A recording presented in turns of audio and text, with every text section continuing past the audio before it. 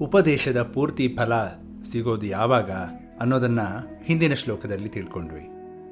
ಅದೇ ರೀತಿ ಸಾಂಖ್ಯಯೋಗದ ಶ್ಲೋಕ 53ರಲ್ಲಿ ಕೃಷ್ಣ ಈ ರೀತಿ ಹೇಳ್ತಿದ್ದಾನೆ: ಶ್ರುತಿ ವಿಪ್ರತಿಪನ್ನಾತೆ ಯದಾ ಸ್ಥಾಸ್ಯತಿ ನಿಶ್ಚಲ ಸಮಾಧಾವಚಲ ಬುದ್ಧಿ ಸ್ತದಾ ಯೋಗಮವಾಪ್ಸ್ಯಸಿ. ಇಲ್ಲಿ ವಿಪ್ರತಿಪನ್ನ ಅಂದರೆ ಅಭಿಪ್ರಾಯ ಭೇದ. ಮೊದಲು ಕೇಳಿಸ್ಕೊಳ್ಳೋದ್ರಿಂದ ಗೊಂದಲ ಅಂತ ಅನಿಸುತ್ತೆ. ನಂತರ ಅಲ್ಲಿಂದ ವೇದಕ್ಕೆ ಹೋದಾಗ ವೇದದಲ್ಲಿ ಹೇಳಿದ ಸಂಗತಿಗೆ ಮನಸ್ಸು ವಿರುದ್ಧವಾಗಿ ಯೋಚಿಸುತ್ತೆ. ಆದರೆ ಒಮ್ಮೆ ಮನಸ್ಸು ತಿಳಿಯಾದಾಗ ಶ್ರುತಿಯಲ್ಲಿ ಹೇಳಿದ ತ್ರಿಗುಣಾತೀತ ತತ್ವದಲ್ಲಿ ಮನಸ್ಸು ಗಟ್ಟಿಯಾಗಿ ಕುಳಿತುಕೊಳ್ಳುತ್ತೆ.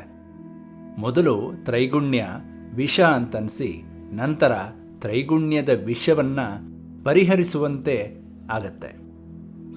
ಒಮ್ಮೆ ಮನಸ್ಸು ನಿರ್ಮಲ ಆದಾಗ ಅದು ವೇದಕ್ಕೆ ಶ್ರುತಿಗೂಡುತ್ತೆ. ಅದರಿಂದಾಗಿ ವೇದಗಳಲ್ಲಿ ಹೇಳಿರುವ ವಿಚಾರ ಮತ್ತು ನಮ್ಮ ಯೋಚನೆಗಳಲ್ಲಿ ಯಾವುದೇ ವ್ಯತ್ಯಾಸ ಕಾಣೋದಿಲ್ಲ.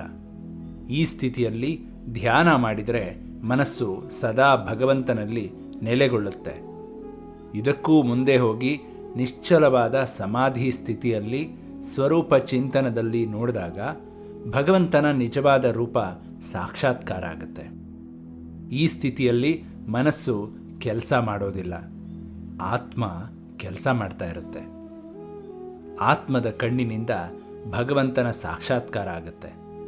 ಇದು ಸಾಧನೆಯ ಪೂರ್ಣ ಫಲ ಅನ್ನೋದು ಈ ಶ್ಲೋಕದ ತಾತ್ಪರ್ಯ.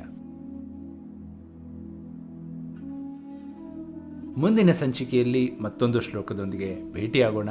ಅಲ್ಲಿವರೆಗೂ ಎಲ್ಲರಿಗೂ ನಮಸ್ಕಾರ.